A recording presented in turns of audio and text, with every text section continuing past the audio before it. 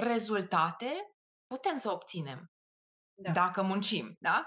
Însă, pe termen lung, da, motivația pentru a obține acele rezultate vine din cine suntem. Și dacă noi nu suntem atenți la lucrul ăsta, ci doar la ce facem, la un moment dat s-ar putea să cădem și să nu știm de ce lucrurile nu se întâmplă sau de ce oamenii nu mai trag la căruță sau știu eu.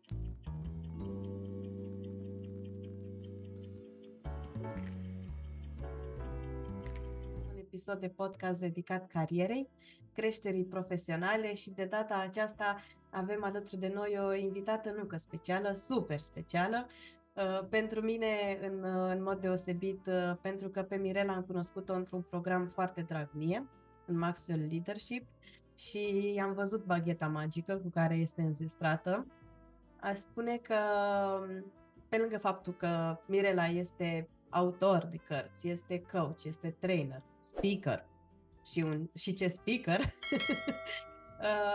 eu am întâlnit-o în Maxwell și vă ziceam de acea baghetă magică. Practic, am văzut oameni dornici să crească, oameni dornici să-și ducă business-ul la nivelul următor, să devină mai buni, dar poate aflați într-un moment de blocaj, care este normal, poate interveni, da? Poate apărea. Și o vedeam pe Mirela cum doar adresând întrebările potrivite și accesând curiozitatea naturală a fiecăruia dintre noi, cumva dădea drumul la acțiune pentru persoana care îi cerea ajutorul și eu o ascultam uneori doar ca participant, dar nu eram implicat în discuție, dar mă trezeam și eu făcând lucruri.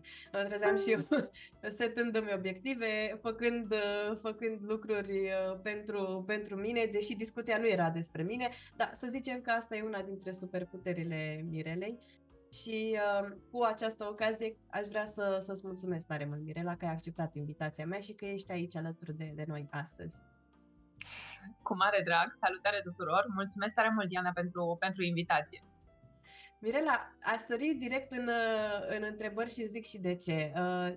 Avem foarte multe lucruri, ne-am propus așa foarte multe lucruri de discutat astăzi. Avem și o veste frumoasă pentru cei care ne urmăresc și cumva te-aș întreba pe tine, dată fiind experiența ta și pregătirea ta de până acum, care crezi că este cea mai importantă resursă a unei companii? Pentru că avem pe de-o parte produsul în sine, da, o companie are un produs, un serviciu, are capitalul, poate are investitori sau poate vine cu capital propriu și mai are o resursă anume oamenii, cei care lucrează în cadrul companiei. Și în ce măsură e important fiecare? Că după aceea cred că fiecare e important. Da, cred că răspunsul e de la sine înțeles, adică nu pot să am o afacere fără să am un produs sau un serviciu de oferit și fără să satisfac niște nevoi, însă dincolo de orice, cea mai importantă resursă pe care o poate avea orice companie o reprezintă oamenii. Fără oameni nu putem să facem absolut nimic durabil, indiferent de ce ne-am dorit noi să facem, indiferent de, știu eu, care ar fi viziunea, fără oamenii din echipă și fără să fim atenți la acești oameni din echipă, nu putem să facem prea multe lucruri. Sunt total de acord și am văzut multe business-uri crescând sau nu, atunci când nu investeau suficient în oameni sau respectiv companii care investeau în oameni și creșteau oamenii de lângă ei și cumva simțeau motivația aceea a angajaților să facă lucrurile mai bine, să rămână în cadrul companiei, pentru că, Mirela, tu știi, eu sunt recruiter de meserie și în activitatea mea se mai întâmpla să mai mă duc și către oameni care nu erau neapărat în căutarea unui job, dar pentru că erau ceea ce căutam eu în alt proiect, mă duceam și abordam și primeam și răspunsuri negative din partea oamenilor, deși veneam cu o ofertă foarte bună. Îmi spuneau de ce aș pleca de aici, de ce aș pleca din locul ăsta de muncă cât timp eu mă simt bine și fără să avem o discuție pe subiectul acesta, era pur și simplu, măi, Diana, de data asta nu. te anunț eu. Dacă vreau să schimb, o să te anunț eu. Tocmai aici e cheia, știi? De foarte multe ori, mai ales, nu știu, poate în momentul în care ne deschidem un business, în momentul în care inițiem un proiect, s-ar putea să ne gândim foarte mult la ce anume vrem să facem. Ce anume vrem să facem, la cine vrem să ajungem. Poate ne gândim la niște roluri pentru care avem nevoie de oameni, însă, cel puțin în primii ani, în orice afacere, în orice companie, focusul e pe ce putem să realizăm, nu neapărat și de cine avem nevoie pentru asta, dar nu neapărat să văd cum îmi dezvolt oamenii sau cum îmi cresc această resursă. Da? Firește că în planul de business cuprins și resursa umană, însă majoritatea antreprenorilor am observat că o cuprind din perspectiva asta, știu eu, completării organigramei. Da? Mi-am completat Exact. acolo locurile libere pe organigramă, e în regulă. Și atât.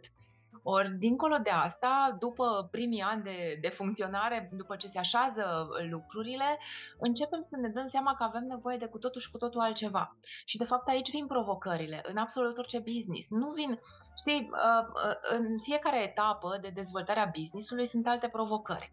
În primă fază, da, o să fie ideea asta, ok, am un produs sau un serviciu, vreau să îl pun pe piață, știu că pot să satisfac niște nevoi, știu că există cerere pentru asta, și hai să văd cum pot face asta. Și o să identific niște strategii. De cele mai multe ori, din păcate, foarte mulți oameni rămân la strategie. Da? Și se afundă atât de mult în asta, încât toate preocupările lor sunt pe ceea ce e de făcut, pe task-uri. Da? Ei, la un moment dat, după ce lucrurile deja funcționează, încep să apară provocările. Și de unde apar provocările?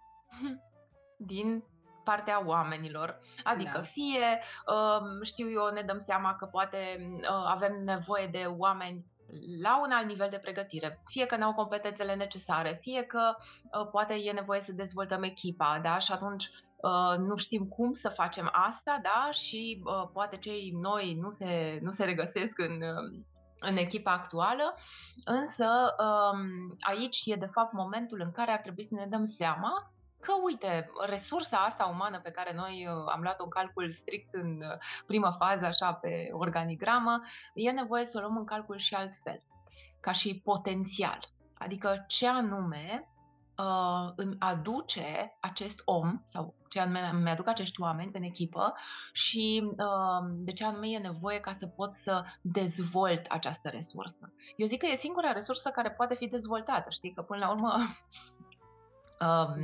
produsul, serviciu, ok, le îmbunătățesc, da, poate și pe ele pot să le dezvolt, dar cel mai mare beneficiu o să-mi aducă dezvoltarea oamenilor. Corect. Uite, eu sunt sigură că dintre cei care ne privesc sau ne ascultă în momentul acesta sunt și persoane care unul la mână și-au deschis o afacere sau au luat-o pe drumul acesta al antreprenoriatului și deja sunt curioși, ok, există și să zic, o rețetă a succesului și cred că mai se află și aceia care cumva au pus bazele împreună cu antreprenorul la dezvoltarea unui business și sunt sigură că aici se vor regăsi și se vor gândi acum deja cum arăta primul an pentru mine în cadrul acelei companii.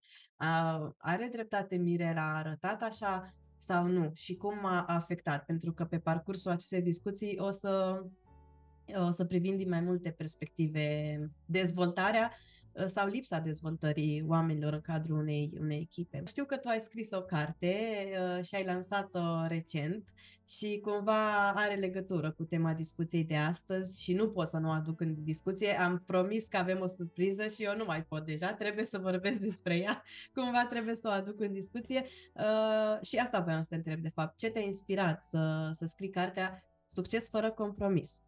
Dezvoltă-ți echipa, da, care îți aduce afacerea la nivelul următor. Ce te-a inspirat aici? Oamenii cu care lucrez. E simplu, e foarte simplu. Acum, dacă e să mă duc un pic în urmă, până la urmă toată experiența mea din ultimii 25 de ani, pentru că așa îmi și place să mă prezint, că sunt omul care dezvoltă oameni și echipe de 25 de ani încoace, și dacă în primă fază am fost parte a unor companii, da, și am dezvoltat echipe în special de vânzări directe, în ultimii ani, de când am intrat în Maxwell Leadership Certified Team, am început să fac lucrul acesta pentru toți liderii, managerii, antreprenorii care au nevoie. Adică să vin alături de ei, să-i sprijin în procesul lor de dezvoltare și mai ales de dezvoltarea echipelor pe care și le doresc. Și aici cea mai mare provocare pe care am întâlnit-o la foarte mulți antreprenori e legată de faptul că ei sunt motorul în tot ceea ce se întâmplă în acel business. Adică dacă ei nu sunt cu toate motoarele turate, dacă ei nu acționează la capacitate maximă, atunci parcă nici echipa nu are aceeași energie, rezultatele nu sunt aceleași și așa mai departe. Și la un moment dat, lucrând cu mai mulți antreprenori, am sesizat elementul ăsta comun, știi? Că, de fapt, majoritatea trag foarte tare în business-ul lor și ajung la un punct de suprasaturație, da? În care nici nu pot să mai ducă fizic lucrurile astea, da? Și poate că nici nu mai au energia necesară, adică știi, obosești la un moment dat să fii tot tu locomotiva care duce tot trenul. Și atunci ai nevoie să dezvolți în echipă niște locomotive mai mici, da? Adică să dezvolți niște oameni care, indiferent că tu ești acolo sau nu, ei să facă lucrurile să funcționeze. Și chiar asta a fost ideea, adică imaginea mea pe care am avut-o în momentul în care am scris cartea a fost exact asta. Mă gândeam, Doamne, asta mi-aș dori să pot ajuta oamenii ăștia care muncesc atât de mult, au ajuns la un nivel la care au succes, adică să ne înțelegem, da? E un nivel la care lucrurile funcționează foarte bine, însă din afară oamenii nu-și dau seama care e consumul. Da?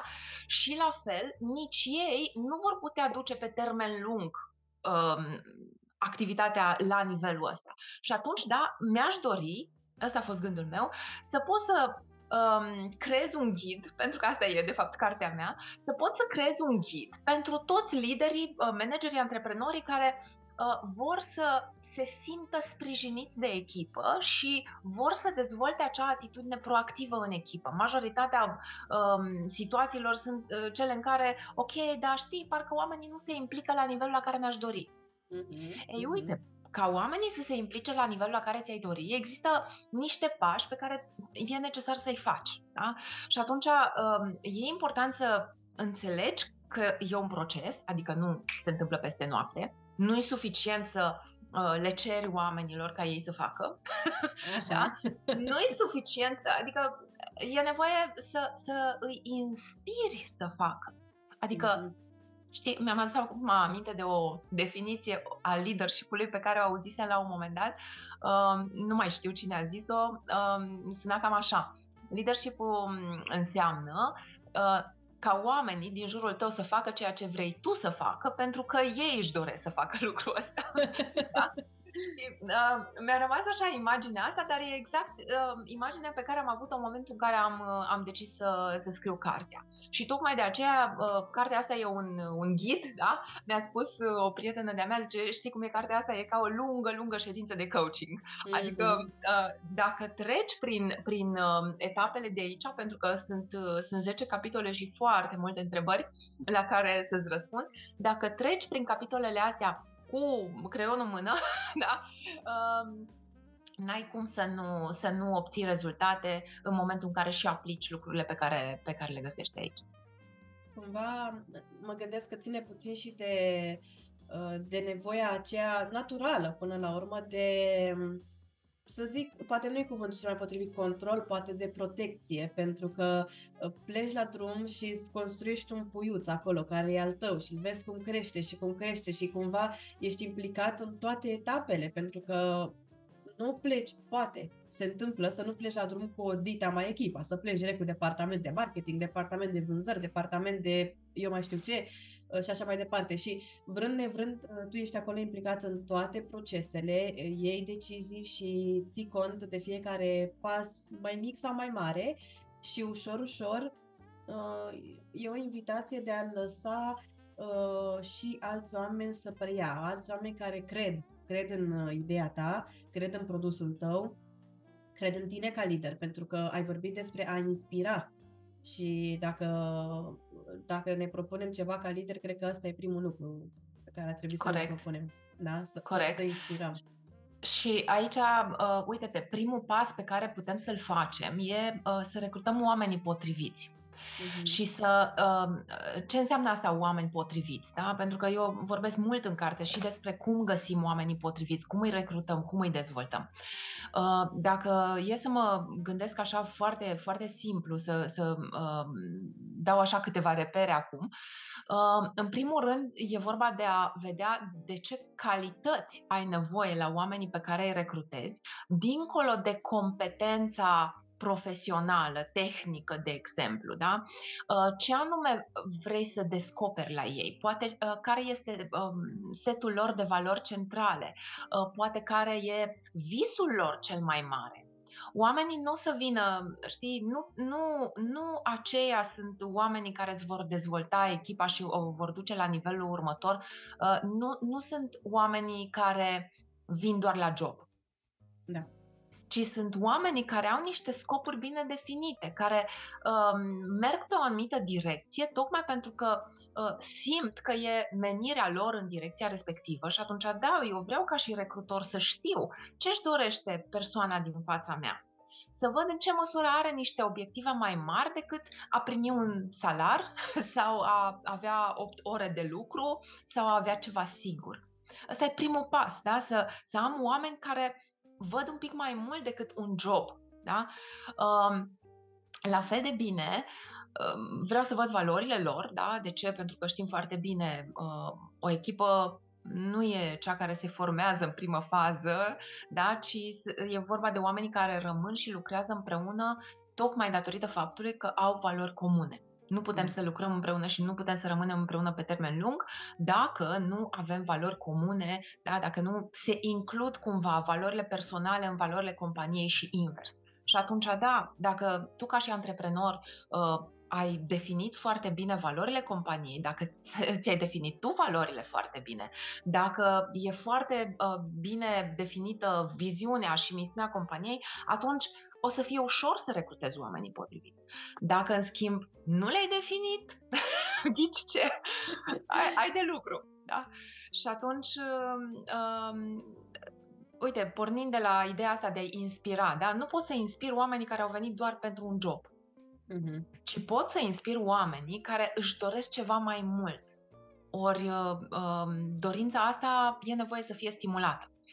E nevoie de un mediu potrivit, e nevoie de, știi, un nivel de conștientizare potrivit. Știm foarte bine că ideile nu vin în mințile odihnite, nu? Adică o să ne vină atunci când citim, atunci când ne punem în diverse medii, atunci când intrăm în contact cu foarte mulți oameni. Ori asta îmi spune foarte multe și despre stilul de viață al persoanei cu care lucrez, da? Și pe care vreau să o recrutez. Da, sunt multe lucruri. Deci am înțeles corect, Mirela, cumva scopul atunci când pleci la drum ca și antreprenor ar fi unul la mână, cunoaște-te pe tine și înțelegeți valorile. Apoi dacă vreau să fie o bază solidă. Da? Dacă vreau să construiesc pe o bază solidă. E ușor să-ți găsești valorile pentru că, dar fără un ghidaj, așa, e un proces ușor până la urmă să știi valorile. Te trezești dimineața și știi, astea sunt valorile mele? Nu cred că e așa simplu și, din păcate, majoritatea oamenilor s-ar putea să nu fie conștienți de ele. Însă, o descoperire pe care am făcut-o eu acum câțiva ani e că toate deciziile pe care noi le luăm, toate deciziile, indiferent că sunt conștiente sau inconștiente, și acum o să zici, ok, dar cum vin alea decizii inconștiente? Da? Deciziile alea luate ca și un act reflex. Aha. Toate deciziile pe care le luăm zi de zi, indiferent că sunt mărunte, că sunt mari, că sunt de job, că sunt personale, indiferent, toate le luăm printr-un filtru. Și filtrul îl reprezintă setul nostru de valori. Ce-i drept, dacă nu ne luăm puțin timp de reflexie să vedem, ok, de fapt, ce înseamnă asta pentru mine? De ce am luat decizia asta? Ce m-a făcut să iau decizia asta? Dar ce-mi doresc? De foarte multe ori, din păcate, ne descoperim valorile prin situații care sunt mai puțin plăcute. Adică atunci când poate suntem constrânși să facem ceva anume sau cineva ne înșală încrederea sau diverse alte situații. Da? Și atunci, poate că astea sunt momentele în care ne dăm seama, ok, stai că una din valorile mele este, nu știu, integritatea sau sinceritatea sau știu eu ce. Da? Și atunci, cumva devenim mai conștienți. Însă, provocarea mea pentru toți oamenii cu care ajung să lucrez e tocmai asta. Cum ar fi să nu devii conștient doar în momentele dificile, ci să fii conștient în fiecare clipă din viața ta, adică să îți iei acel timp de reflexie. Mie îmi place foarte mult de la mentorul meu principal, cum îmi place să-i spun, John Maxwell, dintr-una din cărțile sale, are o legea reflexiei, momentelor de reflexie. Și zice, uite, ia-ți periodic momente de reflexie pentru că pauzele sunt cele care te ajută să te dezvolți. Adică degeaba alergi într-o rotiță din aia, ca și hamsterul, da?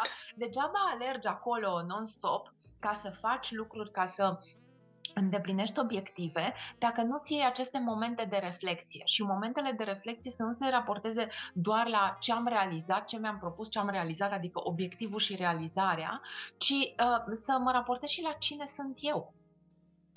Rezultate putem să obținem dacă muncim, da? Însă, pe termen lung, da, motivația pentru a obține acele rezultate vine din cine suntem. Și dacă noi nu suntem atenți la lucrul ăsta, ci doar la ce facem, la un moment dat s-ar putea să cădem și să nu știm de ce lucrurile nu se întâmplă sau de ce oamenii nu mai trag la căruță sau știu eu. Dar poate nici nu ne dăm seama că poate nici noi nu tragem la căruță, că ne-am pierdut pe noi.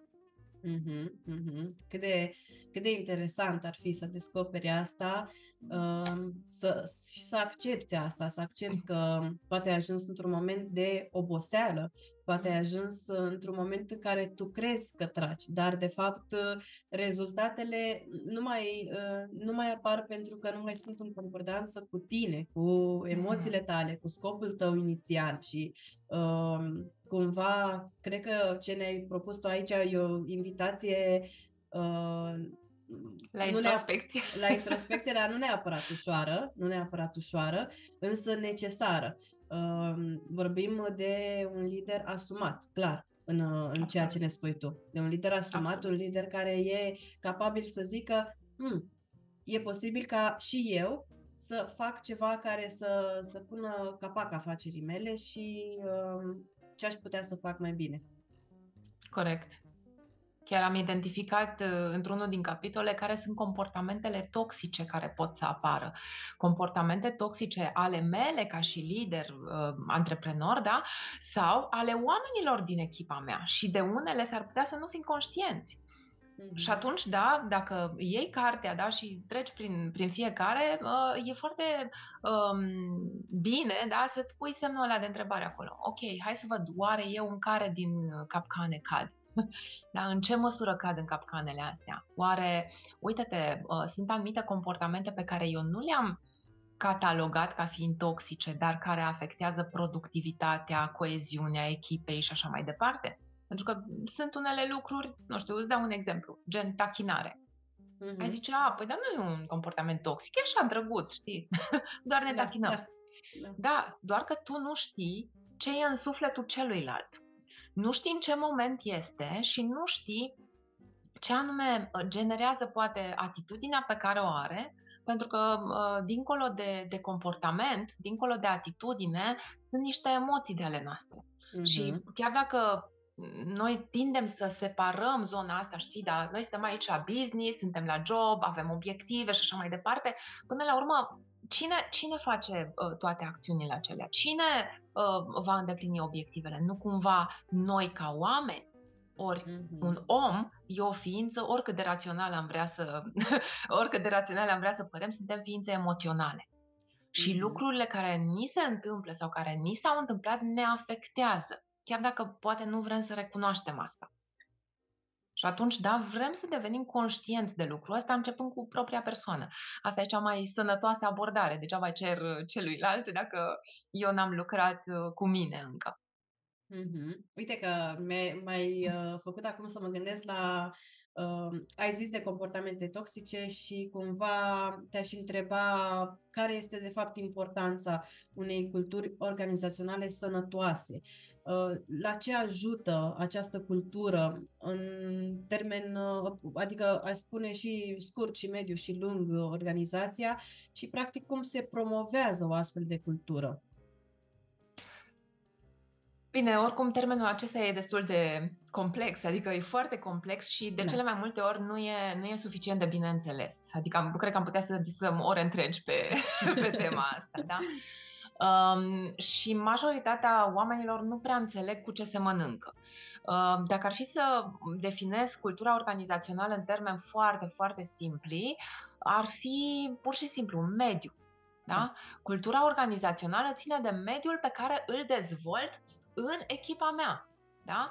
Și atunci vreau să mă asigur, îmi venea acum în minte, dacă tot e primăvară, da? Îmi venea în minte o imagine așa cu o floare. Când crește Mhm. floarea respectivă? Când înflorește? Când dă tot ce are mai bun? Păi în momentul în care are condițiile potrivite. Și aici vorbim și de sol, și de aer, și de umiditate, nutrienți și așa mai departe. Ei, la fel e și cu oamenii din echipă. Oamenii din echipă sunt florile tale, da? Sau plântuțele tale, da? Ei, în momentul în care le ofer hrana necesară, le ofer cadrul necesar și aici mă refer nu doar la cadru, știu eu ăsta fizic, da? Da. Adică nu doar la ce anume le pun la dispoziție, da? Mhm. Ci mă refer în mod special la colegi, la atitudini, la comportamente, la resurse din astea de creștere, de exemplu, da?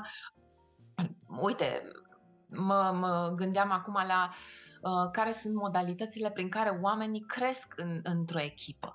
Și de cele mai multe ori, din păcate, lucrul ăsta nu e pus ca și proces în fiecare săptămână să avem timp dedicat pentru creștere, decât în puține companii în momentul ăsta, da? Mhm. Adică să am, nu știu, o zi pe săptămână, o jumătate de oră pe săptămână, 15 minute pe săptămână, habar n-am, în care toată lumea învață ceva Mhm. Mhm. și ne inspirăm unii pe ceilalți. Și atunci, da, în momentul în care facem lucrul ăsta, automat începem să ne hrănim mințile și relațiile dintre noi altfel, nu doar cu, uite, de ce am nevoie de la tine, colegul meu, și tu de ce ai nevoie de la mine, colega ta. Da, Știi? da.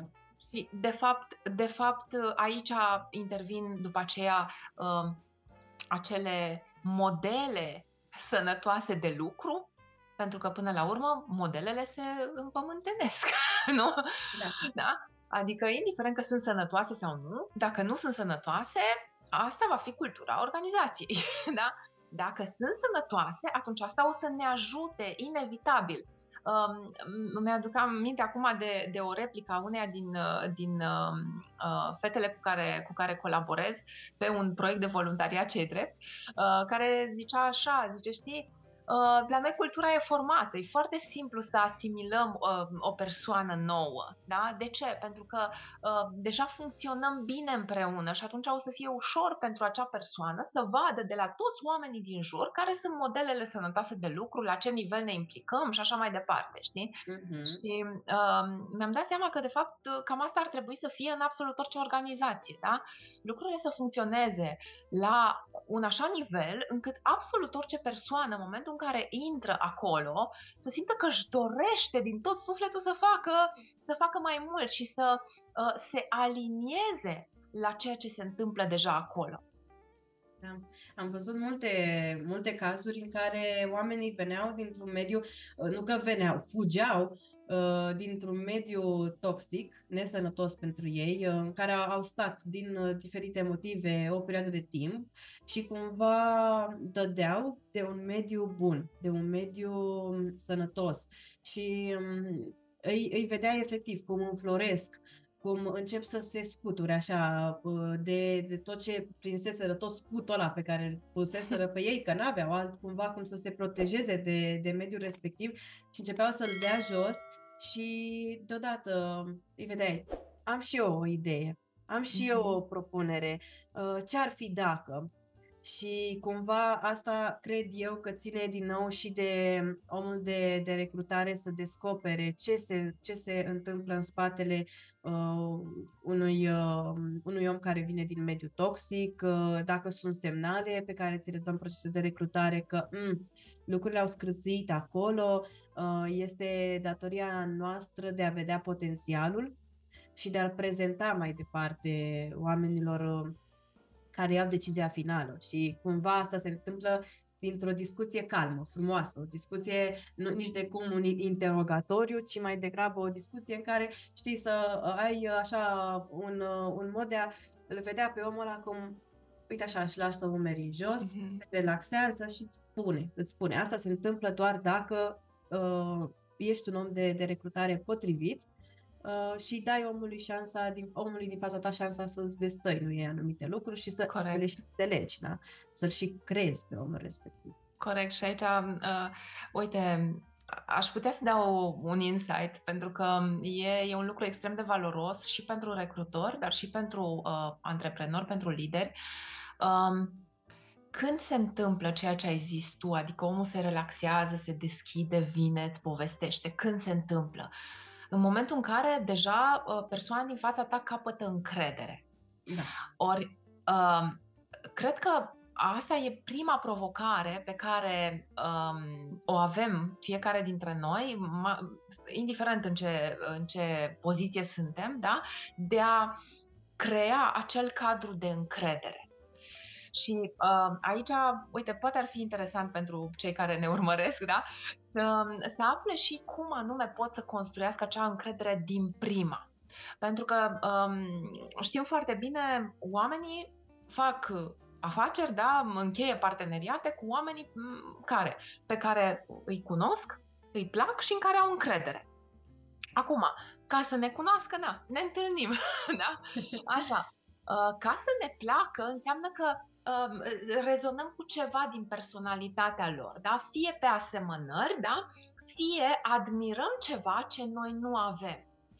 Însă, la capitolul încredere, încrederea nu se construiește așa pur și simplu. Și poate cea mai bună formulă, eu am luat-o tot de la John Maxwell, pentru că el, într-una din cărțile lui, chiar spune, uite, cea mai simplă formulă, da, e să te gândești că încrederea se construiește pe baza a 3 factori, a 3 întrebări. Și mie îmi place să dau exemplul ăsta de fiecare dată, pentru că e foarte ușor și de reținut. Da? Și asta poate că o să îi ajute pe cei care ne urmăresc. Cu siguranță. Da? Închipuieți că fiecare om pe care îl întâlnești, da, deasupra capului fiecărui om pe care îl întâlnești, în momentul în care intri în contact cu el, apar 3 semne de întrebare. Da? Bine, eu am și zis că după aia o să vi imaginați pe toți cu 3 semne de întrebare așa la purtător, da? Însă, asta cu siguranță ajută. Care e prima întrebare pe care și-o pune un om care ți-a venit la interviu sau, nu știu, un potențial client sau omul din echipă, da? Pe care, știi, îl cunoști de 2 săptămâni, să zicem. Da? Care e prima întrebare și care e cea mai puternică întrebare? Fiecare om vrea să afle răspunsul la întrebarea: îți pasă de mine? Și nu orice răspuns. Dacă răspunsul e negativ, cât de mult o să-și dorească să vină în întâmpinarea ta, să te ajute, să aibă inițiativă? Nici de cum. Și atunci, da, vreau să mă asigur, ca și recrutor, ca și lider, vreau să mă asigur că răspund la acea întrebare pe care cel din fața mea nu mi-o adresează. Dar eu o citesc deja. Da? Care e răspunsul pe care îl dau? Ok, stai, trebuie să fac ceva ca să-i răspund la întrebarea asta. Să-i arăt că Mhm. îmi pasă de el ca om, nu ca și ce poate să facă pentru echipa mea. Nu, nu, nu, ca om. Da. A doua întrebare pe care oamenii și-o adresează e: mă poți ajuta? E întrebarea legată de competență. Oamenii se întreabă în ce măsură noi îi putem ajuta și gândește că asta e valabilă și în vânzări, de exemplu, și în recrutare, și în munca în echipă, în absolut orice tip de relații. Da? Mă Mhm. poți ajuta? Adică ai competența necesară să mă ajuți? Și în al treilea rând, a treia întrebare e: pot să am încredere în tine? Exact. E întrebarea legată de caracter. Și dincolo de asta, e întrebarea la care eu am mai găsit o traducere. Da? Adică am tradus-o din română în română în felul următor. Pot să am încredere în tine că dacă vin în fața ta și cu slăbiciunile mele, nu doar cu punctele mele forte, nu o să mă judeci, nu o să-ți schimbi părerea despre mine. Și dacă ne gândim un pic, asta e întrebarea la care, din păcate, încă nu se răspunde afirmativ în foarte multe situații. De-aia oamenii nu pun întrebări. Am terminat ședința, nimeni nu are nicio întrebare. Perfect. Și totuși, oamenii nu știu ce au de făcut. Da? De ce? Pentru că nu îndrăznesc să pună întrebarea, fie de teama unei reacții, fie de teama acestei judecăți. Da? Ce o să se întâmple dacă eu pun întrebarea asta? Cum o să mă considere ceilalți colegi sau șeful sau știu eu ce? Și atunci vreau, în primul rând, să fiu conștientă de aceste trei întrebări. Orice tip de relaționare se bazează pe încredere. Dacă răspund la aceste întrebări, fără ca persoana să mi le adreseze deschis, da, e cu atât mai bine, pentru că oamenii au nevoie să se simtă prețuiți. Ori asta îi arată și lui, da, că îmi pasă suficient de mult de el, încât să îi răspund la aceste întrebări. Putem să punem și în manualul de recrutare de acum încolo această tehnică pe care tu ne-ai învățat-o acum și îți mulțumesc tare mult pentru ea. Cu mare drag.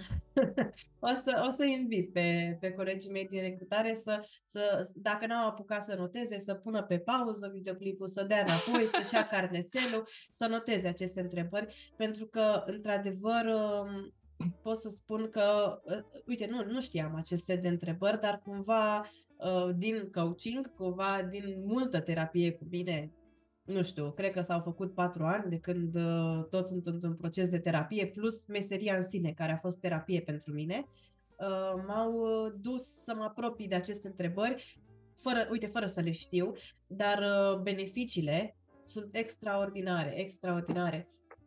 Să pleci într-un proces... Uite aici le găsești. Aha. E cartea cu care am început. Cartea lui John, da. Da. Cartea cu care am început programul de Maxwell, o știu și a fost cartea cu care am făcut primul meu mastermind în Maxwell și atunci gândește-te că n-are părticică fără creion încercuit și notat acolo ceea ce eu nu prea fac pe cărți, dar cărțile lui Maxwell te încurajează într-un fel să faci asta, Corect. pentru că nu sunt cărți, știi, de trecut așa prin ele. Sunt cărți care sunt manuale de lucru, da. Exact, așa că, da, foarte bună cartea și, uite, te învață nu doar să comunici, ci să creezi relații cu cei din jur și relațiile acelea nu te ajută doar astăzi, ci și mâine și poimâine și răspoimâine, da? Le poți fructifica mereu. Aș mai face o completare aici la partea de recrutare, dacă tot am discutat despre asta. Chiar am avut o experiență recentă, săptămâna trecută. Am participat la niște interviuri pentru o clientă de-a mea care voia să recruteze niște oameni și am avut și eu o părticică acolo în care am intervenit. Iar la final, bineînțeles că am avut parte și de reacții din partea candidaților. Da? Adică au fost candidați care au zis: wow, dar eu n-am mai avut așa interviu. Bun. Da? Bun. Și de fapt, de ce a fost asta? Tocmai pentru că inclusiv interviul e nevoie să fie o experiență în sine. Interviul nu e doar pentru mine ca și recrutor să mă uit, ok, hai să văd care e candidatul care se potrivește sau care nu. E o vânzare în sine. Adică eu, recrutor, sunt vânzătorul. Da? Vreau să-i vând această oportunitate clientului din fața mea, candidatului din fața mea, să vină să lucreze în compania, în echipa pe care o dezvolt. Bun. Ce fac în prima fază? Păi am nevoie să-i creez o experiență și iarăși mă întorc la aceeași carte a lui John, da? Pentru că unul din principiile de aici e tocmai acesta. Creează-le oamenilor o experiență, da? Și vreau să creez această experiență de la prima întâlnire. De ce? Să simtă că e altceva. Să simtă că e vorba de conectare, de relaționare, nu doar de jobul în sine. Da. Și chiar după ce au plecat și candidații, am rămas cu fetele cu care am făcut recrutările și era la fel impresia și la ele. Wow, dar ce fain a fost! Parcă n-au fost interviuri, parcă au fost așa niște sesiuni de creștere. De ce? Pentru că am vrut să aflăm inclusiv valori, da? Am vrut să aflăm inclusiv, știu eu, lucruri poate mai sensibile, da? Dar pe care nu ți le spune o persoană pe care o vezi prima dată dacă nu ai construit acea relație de încredere. Da? Să aflu care ar putea fi potențialele capcane, da? Unde ne putem împiedica în colaborarea noastră, da? Și ce anume putem să facem ca să nu se întâmple asta sau cum să depășim acele momente. Da, și atunci, da, vreau să construiesc această relație de încredere de la început. Da. Asta este datoria noastră ca oameni de recrutare. Mai avem o datorie mai departe, datoria de a fi sinceri cu omul din fața noastră și deși este un proces, da, recunosc că este și un proces implică mult zona de vânzare, trebuie să fim sinceri și e o vânzare onestă. Adică absolut. Asta se întâmplă, sunt și plusuri, sunt și minusuri și într-o companie, poate pentru tine care ai ca valoare principală libertatea, flexibilitatea, faptul că eu vin și îți prezint un job care este on-site, 5 zile din 5, îți încalcă valoarea. Și datoria mea să mai vin încă o dată către tine și să verific dacă ești cu adevărat sigur că o să renunți la valoarea ta și nu doar pe o perioadă scurtă cât ești încântat, cât știi că e categoric dacă îți prezint un job bun, categoric poți fi încântat de produs, de salariu, de alte beneficii, dar gândește-te la valoarea ta primă și gândește-te dacă chiar ești în regulă cu asta.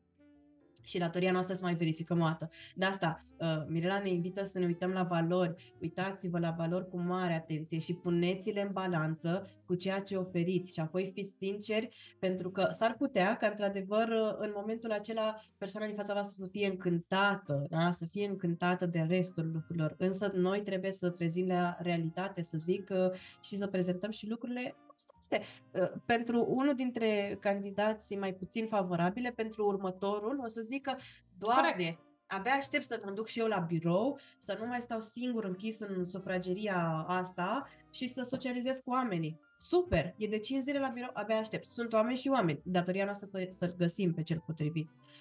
Corect. Da, Mirela, uite, noi am învățat ceva în Maxwell și un concept foarte interesant, pe mine m-a pus pe gânduri de multe ori, anume termenul acesta de lider capac. Cred că știi destul de multe despre ce vreau să zic, însă aș vrea să le explicăm și oamenilor ce înseamnă un lider capac, care e teoria din spatele acestui termen, da? Sau acestor termeni. Te las să ne explici tu. Da.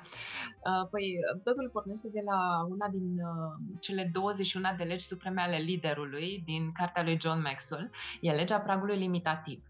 Pentru că John explică foarte limpede acolo că indiferent de domeniul nostru de activitate și indiferent de responsabilitățile noastre, noi suntem cei care reprezentăm pragul limitativ al afacerii noastre, al echipei noastre. Practic, ce înseamnă asta? Dacă eu sunt un lider de 5, da? Și acum sper să se vadă, da? Dacă eu sunt un lider de 5, da? Rezultatele mele nu pot să depășească nivelul meu. rezultatele mele, și dacă n-am știi, foarte multe responsabilități, nu e afacerea mea sau știu eu, e vorba de orice tip de activitate. Rezultatele mele nu pot să depășească nivelul meu. Dacă vreau ca eu să am rezultate mai bune, degeaba știi? Mă uit tot în zona de acțiuni, știi? Că dacă faci lucrurile, cum era definiția nebuniei, fă lucrurile ca și până acum și așteaptă-te la rezultate diferite, da? Nu se poate. Asta ce înseamnă? Că am nevoie să cresc eu. La fel într-o echipă, dacă liderul e de nota 5, și aici la ce mă refer de nota 5? Ca și abilități. Avem inclusiv o evaluare a nivelului de leadership pe care tot John ne-a dat-o. El a identificat 21 de calități ale liderului și în funcție de nivelul la care suntem pe fiecare din aceste calități, da, putem să facem o medie. Și atunci, dacă liderul e de nota 5, da, echipa nu poate să depășească liderul. Da? Ce înseamnă asta? Chiar dacă un om va fi de aici și o să vină cu inițiativă, liderul ce o să zică? Du-te, că tu nu știi. Da? Nu se poate face lucrul ăsta. Adică o să-i pună piedici. De ce? Pentru că el nu e capabil să vadă dincolo de acest prag limitativ. Și dacă noi suntem conștienți de lucrul ăsta, atunci o să ne gândim, ok, hai să văd la ce nivel vreau să-mi duc echipa, afacerea. Vreau la 8? Perfect. Ce am de făcut? Nu e suficient să recrutez oameni de 8, pentru că dacă eu o să fiu tot de 5 și o să îi țin acolo jos, da? Nu o să mă ajute, știi? Dimpotrivă o să plece, o să vezi că îți pleacă oamenii buni și ăsta e un semnal foarte clar, da? Că deja ești un prag limitativ pentru oamenii tăi. Când îți pleacă oamenii, zice și John, nu înseamnă că echipa pe care o recrutezi acum o să fie și echipa cu care vei termina călătoria. Nu? Oamenii cu care încep călătoria nu sunt aceiași cu cei cu care termin călătoria. Însă, fii atent la oamenii care îți pleacă. Dacă îți pleacă oamenii slabi din echipă, asta e un semn bun. Înseamnă că nivelul echipei e unul ridicat, da? Și atunci înseamnă că ești pe drumul cel bun. Dar în schimb, dacă îți pleacă oamenii buni, înseamnă că tu ești pragul limitativ și oamenii care sunt peste acest prag nu o să reziste, nu o să se regăsească, nu o să poată să se exprime, nu vor simți că e locul lor. Și atunci, da, vreau să fiu conștient ca și lider, da, să fiu conștient de nivelul meu, da, și să mă uit în echipă. De fapt, știi, cel mai ușor, da, că e mai greu să ne uităm în oglindă, dar ne vine mai ușor să ne uităm în echipă. Și atunci, dacă știu lucrurile astea, mă uit în echipă și văd, ok, care sunt oamenii care vin, care e calitatea oamenilor care vin, pentru că știm foarte bine, atragem ceea ce suntem, nu ceea ce vrem. Da? Care e calitatea oamenilor care vin? Care e calitatea oamenilor care pleacă? Și în funcție de asta să-mi dau seama, ok, dacă îmi pleacă din cei slabi, în regulă, înseamnă că sunt pe drumul cel bun. Dar dacă îmi pleacă din cei buni, hai să văd unde anume îi limitez, ce anume am de dezvoltat eu la mine, astfel încât să lucrez și mai bine cu acești oameni. Știm foarte bine exemplul lui, cine era? Henry Ford, cred că, da? Care și-a adus oameni mai buni decât el în echipă. Și asta și zicea, știi, de fapt eu n-am nevoie să am cunoștințe pe toate ariile pe care au oamenii ăștia, cunoștințe. Nu trebuie să fiu eu un foarte bun specialist pe fiecare departament. Nu! Am nevoie, în schimb, să-mi dezvolt acele abilități care să îi țină pe acești oameni lângă mine. Da? Ori asta înseamnă abilități de leadership. Da, cred că acum deja s-au pornit multe rotițe, s-au pornit și în mine, doar ascultându-te și deja îmi vin în minte exemple de lideri care m-au blocat pe parcursul timpului, de oameni care s-au uitat la mine și au zis nu cred că ai o abordare bună și m-am dus în altă companie și le-am zis același lucru și au fost wow, putem să lucrăm de astăzi la ideea ta, adică putem să implementăm de astăzi.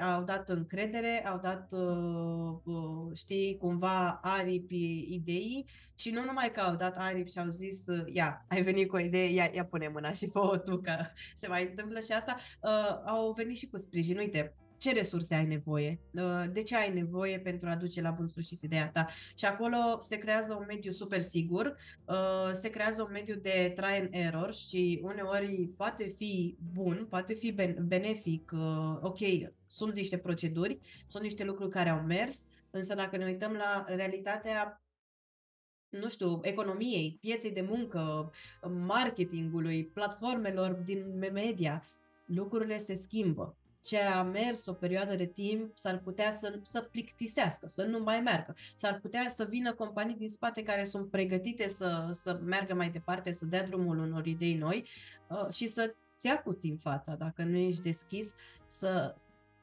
Poate, unii o văd ca pe un risc, alții o văd ca pe o inovație. Direct, hai să încercăm și asta. Și mi s-a întâmplat și mie. Și de asta mă gândesc că poate invit pe cei care ne urmăresc să ne lase în comentariu o experiență de-a lor și nu încurajez doar pentru procesul de a te descărca, că faci și asta.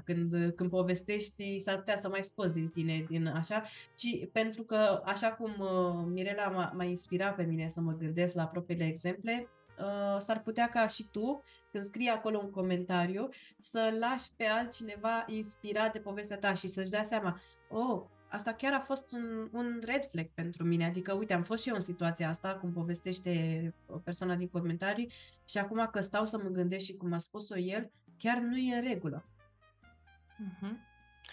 Uite, astea sunt contextele în care majoritatea oamenilor își pierd încrederea în ei. Când cineva, liderul, este un prag limitativ, da? Exact cum ai zis, cum ai dat tu exemplu, m-am dus cu ideea și n-a fost bună ideea și atunci, da, dacă nu ai o imagine de sine sănătoasă, stabilă, ai putea să zici, păi, nu, eu nu sunt în stare. În schimb, aceeași idee a fost validată de o altă persoană. Și aici, poate, iarăși, mie îmi place să dau multe exemple și multe povești. Era o povestioară cu un băiețel care primește, stai așa să mă gândesc, a primit de la tatălui, da, a primit de la tatălui o mașină veche. Și s-a dus, a zis, na bine, acum tată, îmi dai mașina asta veche, ce o să fac eu cu ea? La care tatăl i-a zis, păi du-te la târg când se organizează și vezi cât primești pe ea. Ăsta e cadoul meu pentru tine. Și s-a dus la târg și a primit o sumă.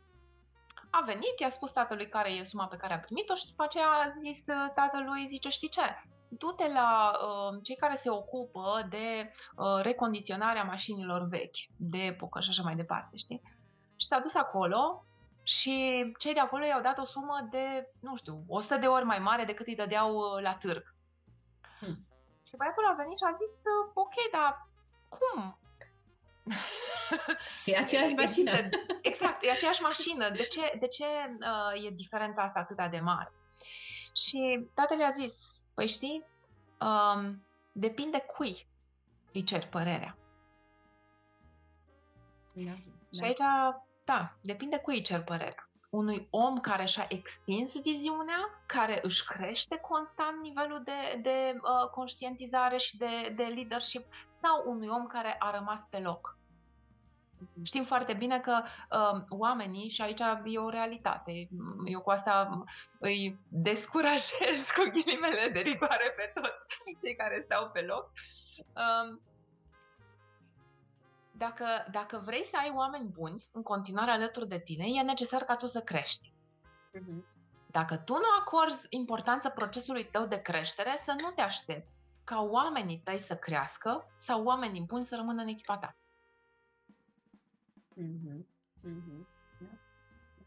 E o încurajare la hai să facem mai mult. Dacă vrem mai mult, hai să facem mai mult.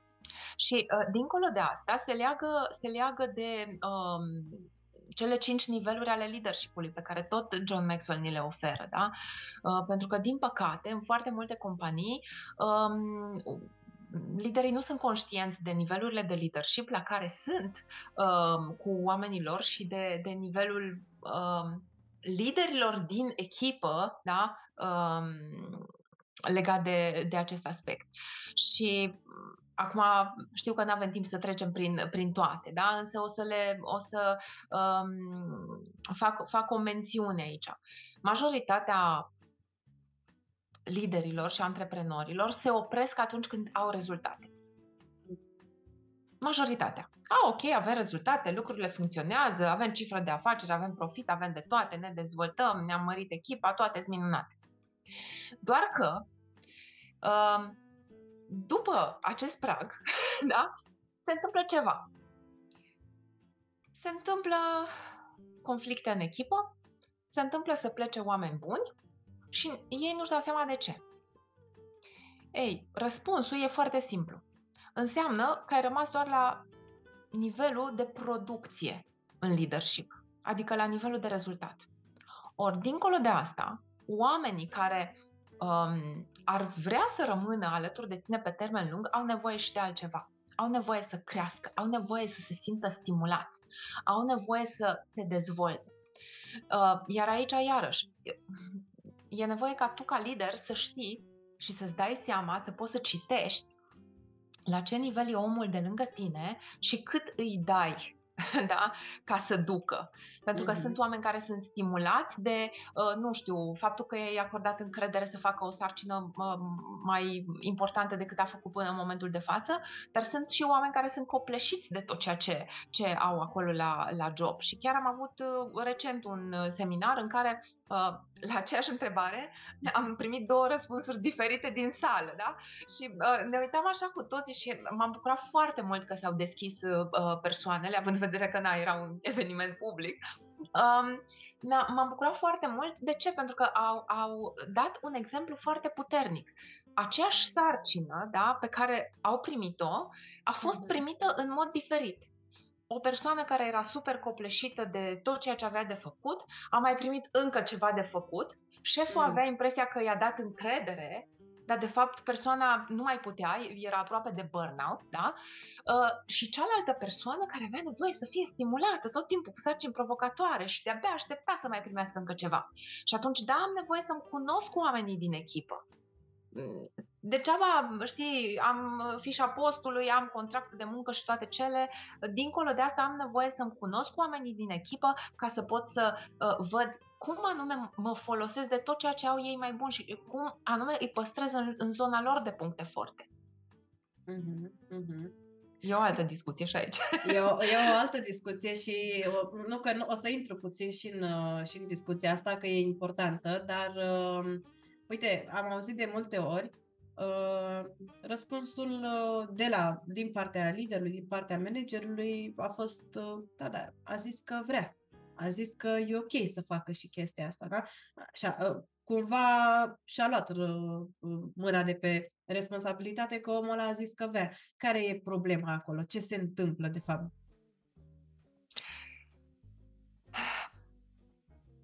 Sunt foarte mulți oameni care nu vor putea spune nu. E una din provocările, în special acum dacă intrăm un pic în analiză comportamentală, da? Ale statornicilor, ale oamenilor care sunt cei mai buni jucători de echipă, da? Și să nu uităm că majoritatea oamenilor de pe planeta asta, se estimează undeva la 69% din populația planetei, sunt persoane statornice ca și tipar comportamental dominant. Da? Ce înseamnă asta? Că ei sunt foarte atenți la ceilalți, da? Dacă o să le cer să facă ceva, nu o să zică nu niciodată, însă întotdeauna se vor lăsa pe ele pe ultimul loc, da? Și atunci o să se străduie să facă tot pentru toată lumea, s-ar putea să se supraîncarce, nu știu să ceară ajutorul, nu îndrăznesc să ceară ajutorul, da? Și aici, da, ar putea să fie situația asta, în care omul a zis da, însă poate că are atâtea pe cap și atât de multe lucruri de făcut încât nu mai are timp fizic să facă asta, doar că n-a vrut să te dezamăgească. Pentru că de cele mai multe ori cam asta e situația. La fel de bine pot să fie persoane influente, tot din analiză comportamentală, da? Dacă ne raportăm la tipurile de personalitate, persoanele influente să zică da, pentru că le place să fie implicate într-o grămadă de lucruri, dar nu sunt foarte bine organizate și atunci s-ar putea să uite în secunda 2. Adică a ieșit pe ușă și deja a uitat. Ei, dacă tu ca lider cunoști un pic tiparele comportamentale, să-ți dai seama, ok, oare care e tiparul comportamental predominant? Că toți avem trăsături din fiecare, dar care e acel tipar predominant la persoana asta? Atunci o să-ți dai seama dacă e un influent, că trebuie să-mi mai aduci aminte, mai trimiți un mesaj, da? Ca să-și aducă aminte. Fără să simți că, vai de mine, tot eu trebuie să fac lucrul ăsta pentru el sau știu eu ce. Dacă e o persoană statornică, de exemplu, să pui o întrebare, ok, pot să te ajut cu ceva? De cele mai multe ori nu o să îți ceară ajutorul, însă va fi extrem de reconfortant pentru aceste persoane, mai ales legat de întrebarea îți pasă de mine, că cineva i-a întrebat dacă poate să ajute cu ceva, indiferent că poate sau nu poate, sau e ceva ce pot ele să facă sau nu. Da? Însă cam astea sunt cele mai frecvente cauze pentru care lucrurile nu s-ar întâmpla conform celor stabilite. Fie că omul n-a putut să spună nu și are foarte multe pe cap și nu mai știe deja cum să prioritizeze, da? Poate nu știe cum să prioritizeze. Uite, chiar lucrez cu echipe în care cea mai mare provocare a fost asta. Nu știm să prioritizăm. Adică ce vine, facem, dar rămân lucrurile importante nefăcute. Și atunci cum să procedăm? Da? Fie, dacă știu tiparul comportamental și știu că trebuie să-i amintesc, ok, hai să fac treaba asta. Da, e foarte interesant pentru că e clar că aici invităm oamenii la cunoaștere, invităm oamenii stai puțin că rolul tău e mai mare, adică rolul tău de lider e mai mare decât acela de tu faci aia, tu faci aia, tu faci aia. Eu am așa o viziune de deasupra cumva și nu s-a întâmplat, știu pe cine trag de urechiușă, că eu știu ce ți-am dat de făcut. Rolul unui lider, de fapt, este acela de a și cunoaște, de a da poate sarcinile oamenilor potriviți și, uite, de a veni cu o întrebare. Poți să te ajut? Ai nevoie de ajutor? Exact. Că așa poți evita un eventual burnout sau chiar poți evita să-l ții pe altul demotivat care își ia super multă dopamină din într-o bifă acolo. Am mai bifat și task-ul ăsta, am mai bifat și task-ul ăsta. Da? Exact. Clar trebuie. Și încă o variantă foarte bună, pentru că aici am mai primit de foarte multe ori întrebarea de la antreprenor, dar bine, dar știi acum, eu trebuie să fac consiliere psihologică, trebuie să... Asta vreau să te întreb și eu. Să fac toate lucrurile astea și, iarăși, în funcție și de tiparul nostru comportamental, da? Că și fiecare dintre noi avem puncte forte, puncte slabe în funcție de combinația noastră. Toți suntem o combinație de trăsături. Și tocmai asta și lucrez cu clienții mei, să ne descoperim profilul indicatorilor de personalitate și să acționăm tot timpul în zona de puncte forte. Și atunci, dacă tu ca și lider ești mai mult orientat către sarcini, da? Ești o persoană vizionară, da? Ai viziunea de ansamblu, dar nu poți să fii atât de atent la oameni, atunci cum ar fi să-ți iei în echipa de management pe cineva care poate să fie foarte atent la oameni. Da? Adică să fie o persoană people-oriented, da? Care să sesizeze foarte repede ce se întâmplă în echipă și acea persoană să fie știu eu, tamponul dintre tine și echipă, da?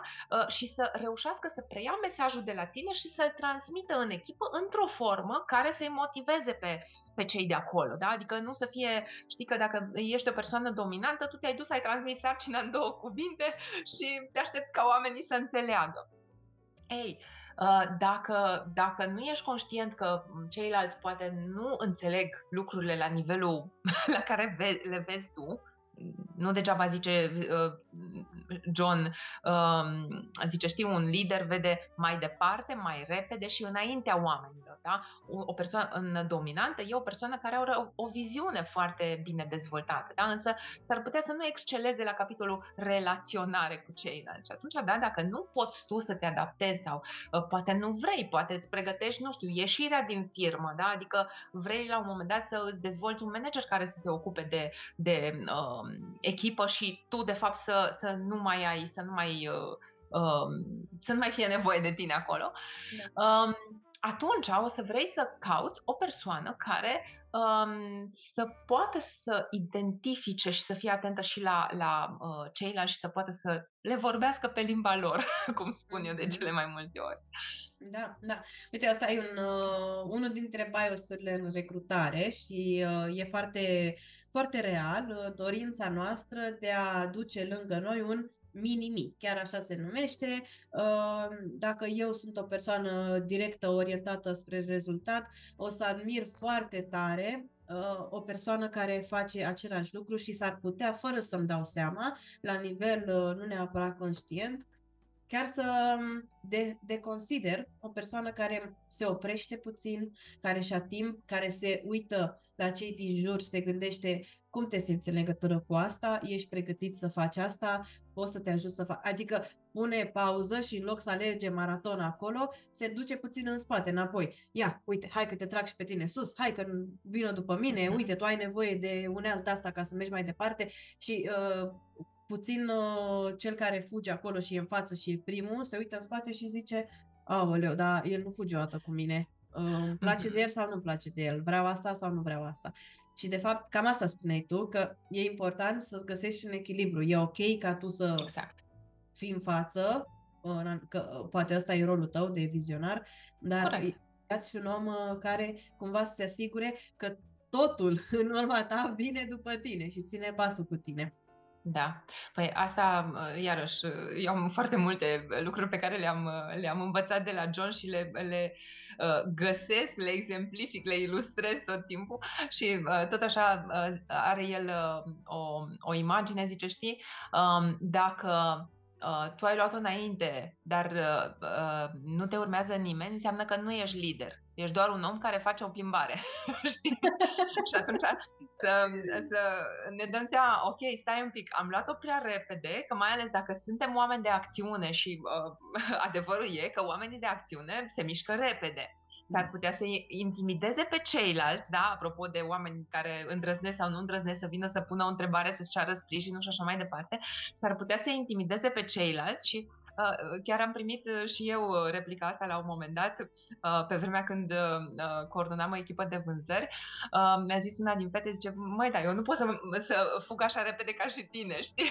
Adică, și nu-mi dădeam seama. Adică Categoric. eu acum tot ce fac nu e doar, știi, din lucrurile pe care le-am învățat de la John, pentru că dezvoltând echipe timp de peste 20 de ani, da, am trecut și eu, am căzut și eu în destule capcane din astea pe care le-am pus și în carte, da? Și la fel de bine am văzut și de o parte și de cealaltă. Cum se vede, cum se simte o anumită situație, da? Cum anume putem să o rezolvăm, ce ne împiedică și așa mai departe. Da, e un manual, cum l-ai numit și tu, o să-l numesc și eu, un manual. Cartea ta este un manual pentru oricine vrea să-și descopere aceste plusuri și minusuri, care sunt perfect normale. Asta vreau să spun cu bold, dacă vreți. E perfect normal să nu ai doar plusuri și e în regulă să ai și minusuri, cât timp ești dispus să le vezi, să le conștientizezi și după aceea da, poate să lucrez la ele. Însă, uite, mi-aduc aminte de o discuție interesantă la care am asistat, cred că chiar într-un seminar cu tine. Ce ai încurajat tu oamenii să dezvolte mai tare? Plusurile sau minusurile? Pe ce ar trebui noi să ne focusăm? Păi, majoritatea suntem tentați să ne canalizăm pe minusuri. Măi, dacă nu sunt bun la asta, ok, astea sunt calitățile pe care ar trebui să mi le dezvolt. Și eu am descoperit lucrul ăsta odată cu Maxwell Leadership. Da? Nu-l știam înainte. Adică toți am fost educați să ce? Să vânăm greșeli, să vedem la ce nu suntem buni și apoi ne mai mirăm, știi, de ce nu avem încredere în noi și ceilalți. Așa, să vânăm la ce nu suntem buni.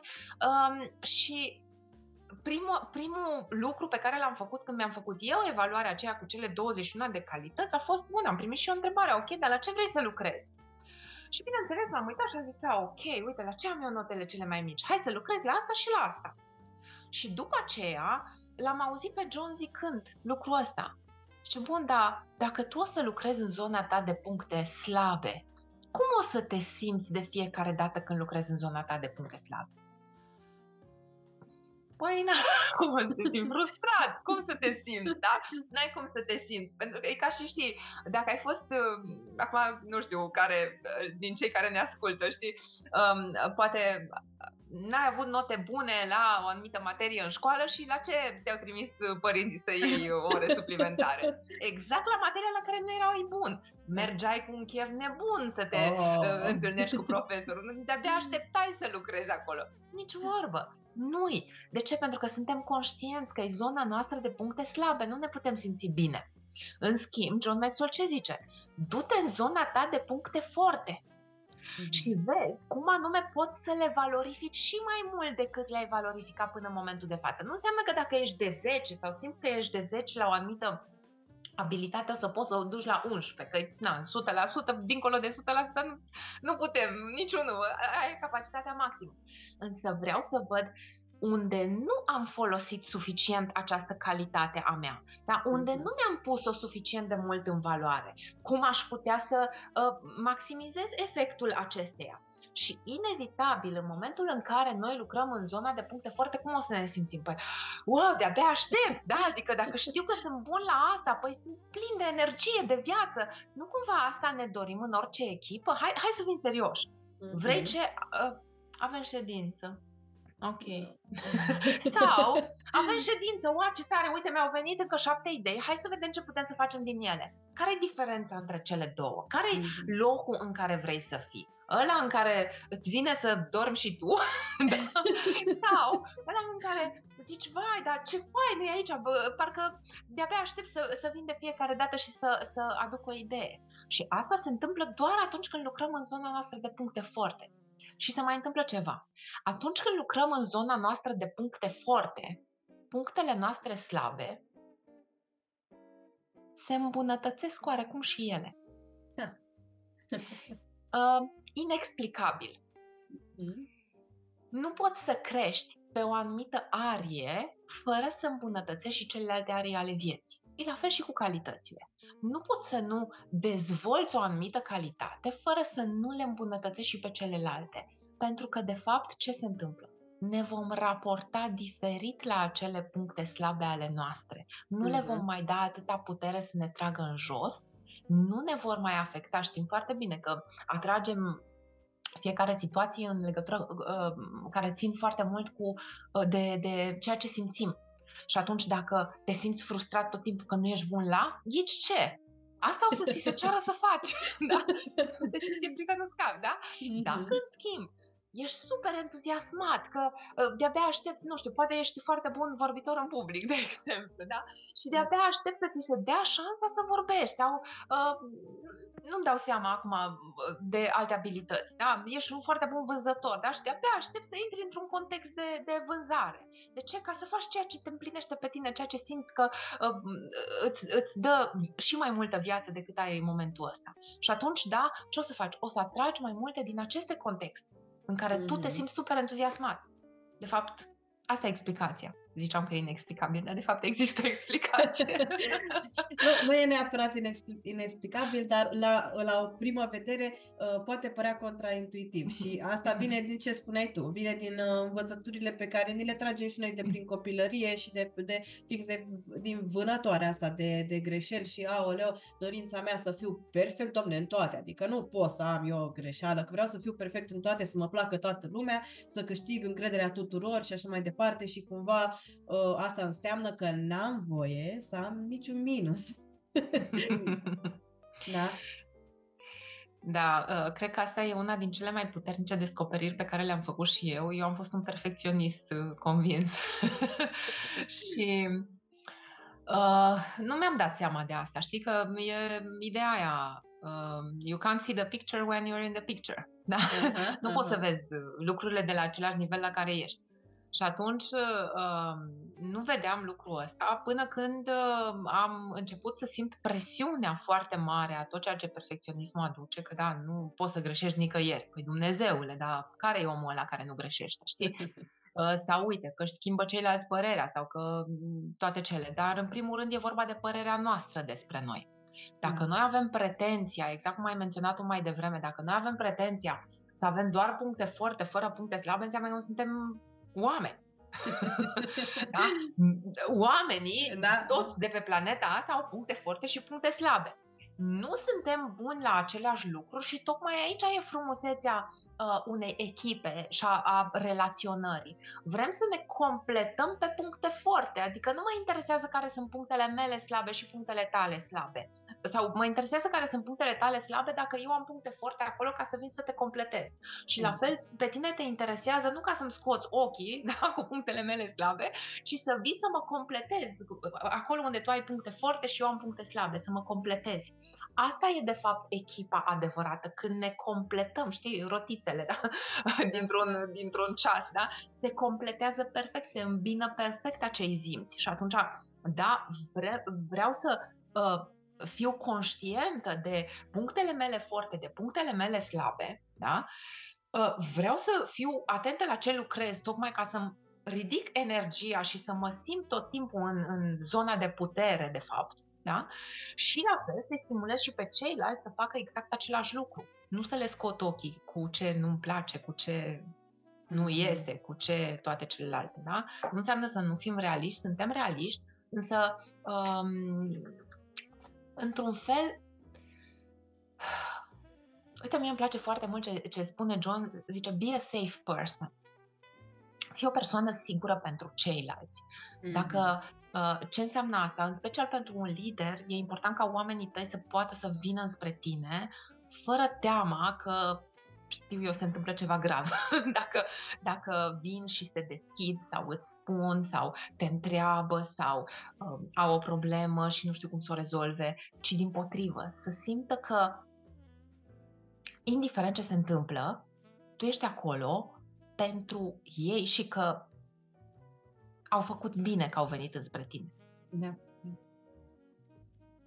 Da, este foarte frumos și nu numai că sună bine, este și foarte important. Adică e foarte important de adus în sufletele noastre și cred că în modul nostru de lucru de zi cu zi, mai ales ca lider, dar poate că dacă simți în echipa ta că asta lipsește liderului tău, poți chiar tu să fii acea persoană sigură, spre care un coleg poate să vină și într-un moment să-i fie acolo aproape sau să lași tot timpul deschiderea aceasta.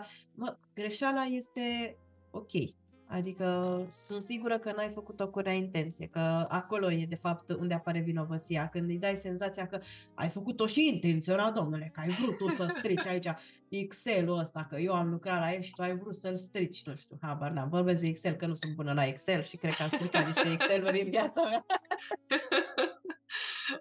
Așa, Mirela, cred că am dus oamenii într-un punct în care să rămână cu multe lucruri la care să se gândească. Cred că le-am stârnit sper că le-am stârnit îndeajuns curiozitatea încât să te cunoască mai departe. Eu recomand să avem o Mirela în viața noastră. Recomand să vedeți ce poate să facă și să vedeți cum vede potențialul în fiecare dintre oamenii cu care lucrează și să-i dați șansa așa să intre puțin în lumea voastră și să vă ducă la nivelul următor. Cu siguranță am văzut-o făcând asta și cu mine și cu alte persoane în apelurile de suport. Da, aici eu mă refer la comunitatea Maxwell din care eu fac parte, noi facem parte, dar știu că Mirela este prezentă în foarte multe forme, o puteți găsi în foarte multe modalități. Trebuie doar, cred că, să vă duceți pe pagina ei, să o urmăriți, să vedeți pe unde mai apare, pe unde mai este. Da, chiar râdeam și de fiecare dată când lumea zice, da, unde te găsesc? Îi dă un search pe Google, că sigur mă găsești. Da. Undeva voi fi, lângă undeva oameni. Undeva tot mă găsești și uite, chiar ăsta e și scopul meu, tocmai de aceea sunt prezentă cât de mult posibil, da? Și vreau să-ți mulțumesc încă o dată pentru oportunitatea asta, pentru că am simțit că avem așa o fereastră către oameni, da? În momentul de față, către cei care chiar au nevoie de, poate, un răspuns, da? În cartea mea, dacă o să știm, sunt foarte multe întrebări, însă printre ele mai sunt și răspunsuri. Și chiar am simțit că, de fapt, asta e ceea ce oamenii au nevoie. De conectare, de deschidere, de această transparență, exact cum ai zis tu, nu avem doar puncte forte, ci avem și puncte slabe, da? Și e necesar să ne acceptăm așa cu bune și cu mai puțin bune și să ne străduim să ne completăm pe puncte forte. Vreau să te felicit pentru inițiativa asta, să vă felicit pentru inițiativa asta, mi se pare extrem, extrem de valoroasă și abia aștept să ne bucurăm și mai mult de extinderea acestui proiect. Mulțumesc, Mult succes! Mulțumesc!